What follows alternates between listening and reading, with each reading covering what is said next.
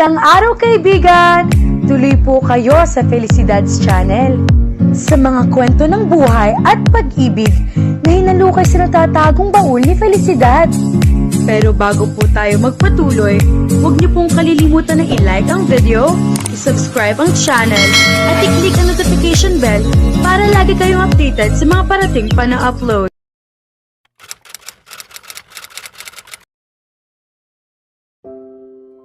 Umupo si Natalia sa sopa at muling pinagmasdan ang kabuuan ng penthouse. Alam niyang ang mga salitang binitiwan niya ay tumarak sa puso ni Ashton na tila isang matalim na patalim. Sa kauna-unahang pagkakataon, nakita niya ang sakit na nakalarawan sa mga mata nito. Sa unang pagkakataon din, nakita niya kung gaano kalalim ang naging epekto ng kanyang mga salita rito. At sa sandaling iyon, pinagsisihan niya ang bawat salitang sinabi niya, hindi lamang ngayon, kundi maging ang lahat ng nasabi niya noon na paulit-ulit na nagwasak sa puso ni Ashton. Ngunit ayaw niyang bigyan ito ng kahit katiting na pag-asa. Nais niyang maunawaan nito na hinding-hindi niya ito magagawang mahalin. Maya-maya ay narinig niya ang tunog ng pagbukas ng pinto. Akala niya ay bumalik na si Ashton. Ngunit nang lumingon siya, isang napakagandang babae ang kanyang nakita na papasok sa loob ng penthouse. May dala itong mahigit 100 supot at may nakabakas na kaakit-akit ng ngiti sa kanyang mukha. Siya kaya ang babaeng mahal ni Ashton? Iyon ang unang tanong na sumagi sa isip ni Natalia. Marahang ipinatong ng babae ang mga supot sa kalapit na mesa bago siya hinarap na may magiliw ng ngiti.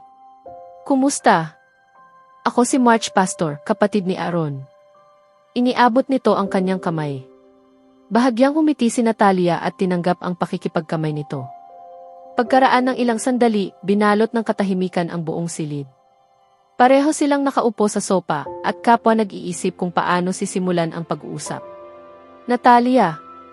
Mahina at nag-aalin lang ang tawag ni March. Oo, mahinang tugon niya. Hay. Ang hirap pala nito. Ang awkward naman. Sabi ni March habang isinandal ang kanyang ulo sa likuran ng sopa at napabuntong hininga. Napakahirap palang magsimula ng usapan. Talagang pagsasabihan ko si Aaron dahil ipinasa niya sa akin ang napakahirap na gawaing ito. Tuloy-tuloy niyang reklamo. Napatawa si Natalia sa paraan ng kanyang pagrereklamo. Naku, napakaganda mo pala talaga. At ang tawa mo ay parang isang napakagandang himig. Hindi na nakapagtataka kung bakit labis na labis ang pagmamahal ni Ashton sa'yo.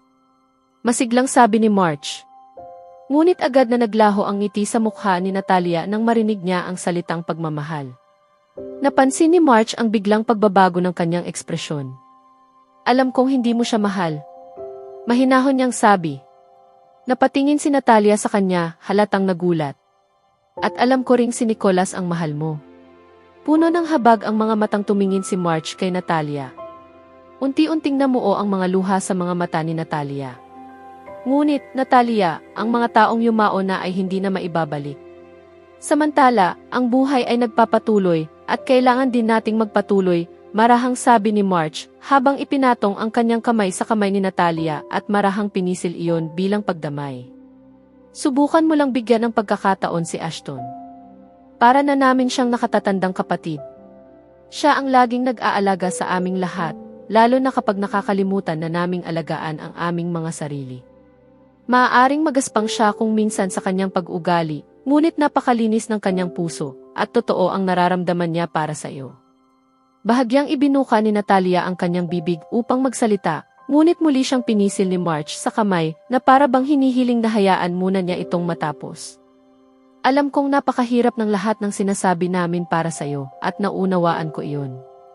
Ang gusto ko lang sabihin ay kausapin mo siya. Maiintindihan ka niya.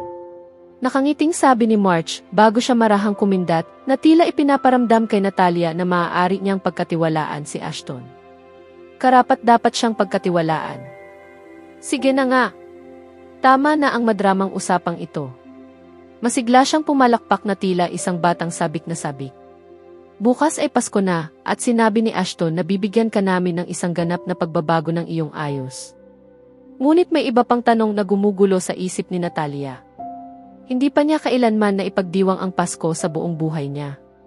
Nakikita lamang niya noon ang mga taong nagdedekorasyon ng puno ng Pasko, nagpapaganda ng kanilang mga tahanan, bumibili ng mga regalo para sa kanilang mga mahal sa buhay, at masayang sumasalubong sa pagdating ng bagong taon.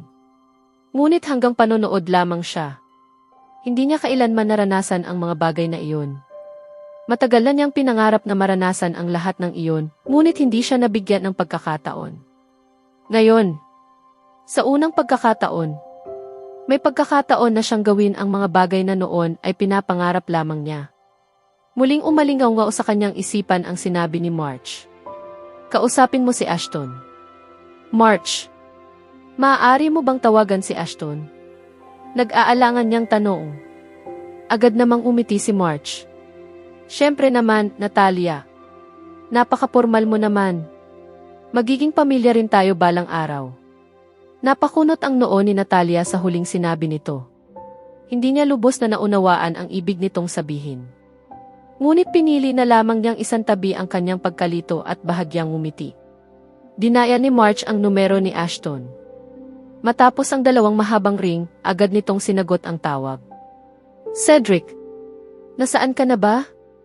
Kanina pa kita hinihintay, sigaw nito sa kabilang linya, na tila isang leon na galit na galit.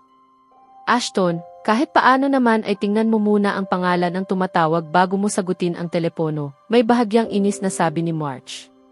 Pasensya na, March. Medyo nawalan lang ako ng timpla. Pag-amin ni Ashton na tila isang batang nahuling nagkamali. Ayos lang iyon, kuya, masiglang tugon ni March. Gusto kang makausap ni Natalia. Ipapasa ko na sa kanya ang telepono. Iniabot niya ang telepono kay Natalia. Huminga ng malalim si Natalia bago ito tinanggap. Pagkatapos ay tahimik na lumabas si March ng silid upang mabigyan sila ng kaunting pagkakataong makapag-usap ng pribado. Hello!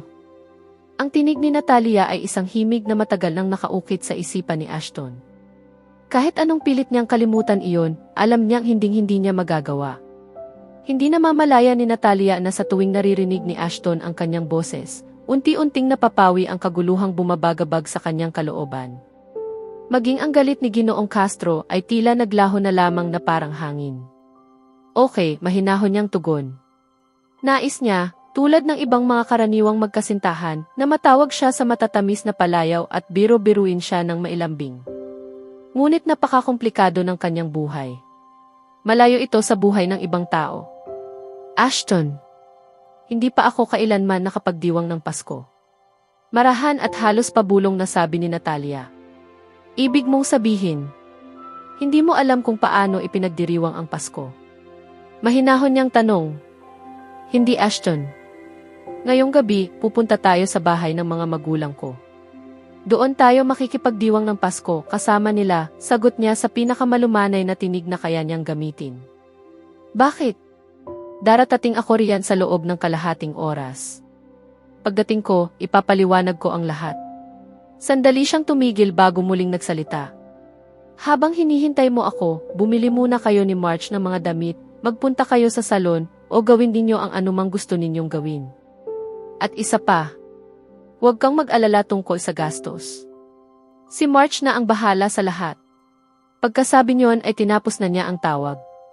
Hindi niya alam kung iiyak ba siya dahil sa sarili niyang kalagayan o maaawa kay Natalia. Gusto niyang umiyak dahil buong puso niyang nais sanang sabihin dito. Pauwi na ako.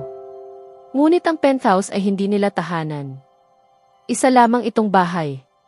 Kasabay niyon ay naawa rin siya kay Natalia. Napakalungkot isipin na sa buong buhay nito ay tila pinagkaitan ito ng masasayang karanasang tinatamasa ng karamihan. Isinama ni March si Natalia sa ilang malalaking pamilihan. Bumili sila ng mamahaling mga alahas, mga damit na gawa ng kilalang mga taga-disenyo, makabagong mga sapatos, at mga kasuotang panghandaan. Paulit-ulit na tumatanggi si Natalia sa bawat bagay na gustong bilhin ni March. Ngunit si March Pastor ang isa sa mga pinakamatitigas ang ulo pagdating sa mga ganoong bagay. Nang iabot ng tindero ang kabuang bayarin, halos himatayin si Natalia sa laki ng halaga. Napatawa lamang si March. Masanay ka na, natatawang sabi nito. Ikaw ang babae ng isa sa mga nangungunang negosyante sa Maynila. Habang nasa loob sila ng sasakyan ni March at pabalik sa penthouse, biglang nagsalita si Natalia. Bakit pastor ang apelyido mo samantalang Salvador naman ang kay Aaron? Napangiti si March. Kasi, kapatid ko siya sa ibang ama. Ano, gulat na bulalas ni Natalia. Napatawa si March bago siya sumagot. Unang nagpakasal ang nanay namin sa tatay ni Aaron. Nang maghiwalay sila, nagpakasal naman siya sa tatay ko. Ah, okay, kaya pala. Ibig sabihin, kasama ninyo siyang nakatira? Yumaling si March. Hindi, nakipaghiwalay rin siya sa tatay ko at nagpakasal sa ibang lalaki. Mabuti na lang at wala silang naging anak. Kaswal niya lamang iyong sinabi na para bang matagal na niyang tinanggap ang katotohanang iyon. Pasensya ka na kung parang bastos ang tanong ko o kung nasaktan kita. Pero bakit ilang beses nagpakasal ang nanay mo? Bahagyang humiti si March, ngunit baka sa ngiting iyon ang lungkot. Dahil nawalan siya ng pagmamahal sa mga naging asawa niya. Iyon ang dahilan kung bakit wala kaming tiwala ni Aaron sa pag-ibig. Sandali siyang tumigil bago muling nagsalita. At huwag kang mag-alala, Natalia. Hindi nakakainsulto ang tanong mo. Sinabi ko na sa'yo, magiging pamilya rin tayo. Pagkasabi niyon ay ipinarada niya ang sasakyan sa harap ng gusali. Binibini, narito na tayo sa inyong destinasyon. Hindi ka na ba sasama? Tanong ni Natalia. Umiling si March at itinuro ang isang lalaking nakasandal sa kanyang sasakyan. Naroon si Ginoong Ashton David Castro. Mukhang hinihintay ka niya. Sa tingin ko, ako na ang dapat umalis. Paano itong mga pinamili natin? Tanong ni Natalia habang nakatingin sa napakaraming supot. Sabik na napangiti si March. Sabihin mo kay Ginoong Castro na siya ang magbuhat. Sigurado akong buong puso niya iyong gagawin.